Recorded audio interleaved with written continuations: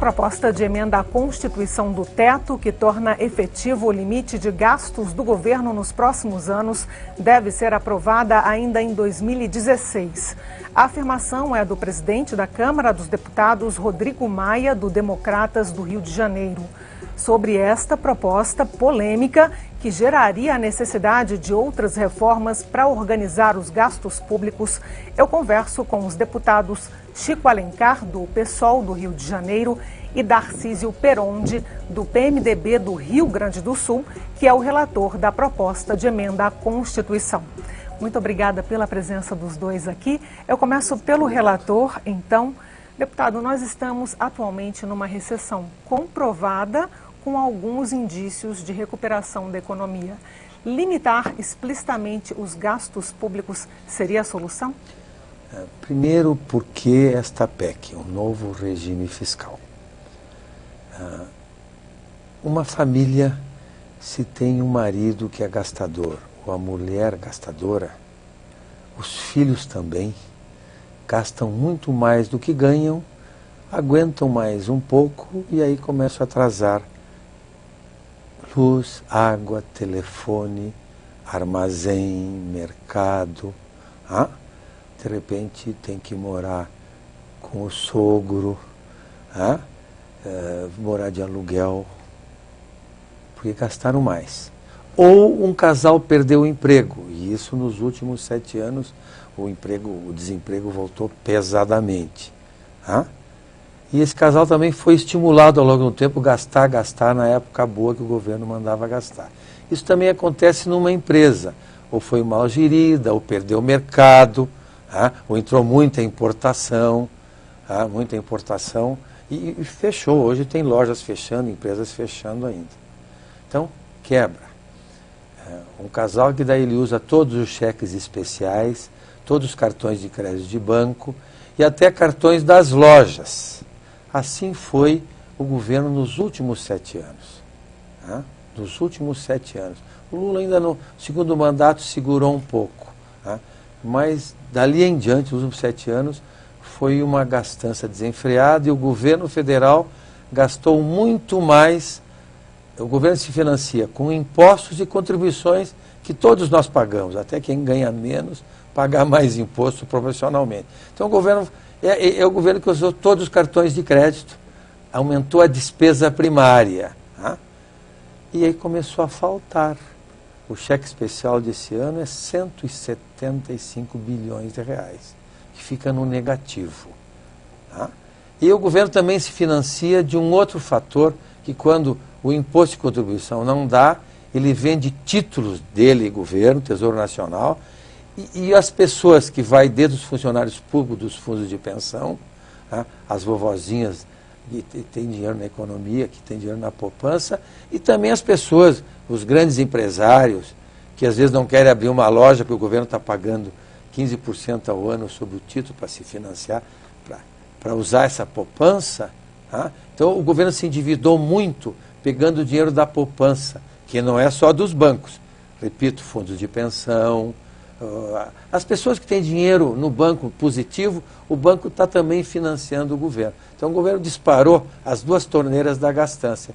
E acabou. Nós temos um déficit este ano de 10% de toda a riqueza do país para fechar o ano. Então está semi-quebrado. Então esse novo ajuste fiscal vai trabalhar no gasto, para as pessoas que financiam o governo. O governo está diminuindo o gasto, está começando a pagar suas contas, vai precisar menos dinheiro nosso, daí o governo vai pagar um menos juro por essa poupança. Então o governo vai economizar, segurando a despesa enorme, dívida bruta interna, e vai diminuir a despesa primária. Se assim não fizer, em 4 anos haverá um colapso fiscal, como já está acontecendo lá no Rio de Janeiro, com enormes demandas. Lá o Rio também tem o problema do Reut, que lá havia uma gastança, está em insolvência, paga os funcionários com 1 mês, 2, 3 meses de atraso. Como acontece atualmente também com os 12 estados do Norte e do Nordeste que querem renegociar. Esses não estão atrasando. Quem está atrasando não, é mas Alagoas, mas não estão atrasando. O Rio de Janeiro está insolvente. Insolvente é eu e você casados, nós gastamos demais, ou eu gasto mais que você, ou você perde empréstimo. E a gente não. Isso acontece nas casas. Tá? Então o Rio de Janeiro está insolvente. O Rio Grande do Sul ainda paga durante um mês. Mas logo, logo não vai dar mais. Minas Gerais também. São esses 4 principais. Eu não quero. E daqui 4 anos pode atrasar também os aposentados. Então o governo e os outros modelos de fazer orçamento, de gastar, não deu certo. Então essa é uma nova proposta de um novo orçamento verdadeiro, falando com franqueza. Então este é um novo ajuste fiscal necessário para que a saúde, a educação, os aposentados, os funcionários possam continuar fluindo dinheiro e não parar de receber daqui 2 a 4 anos.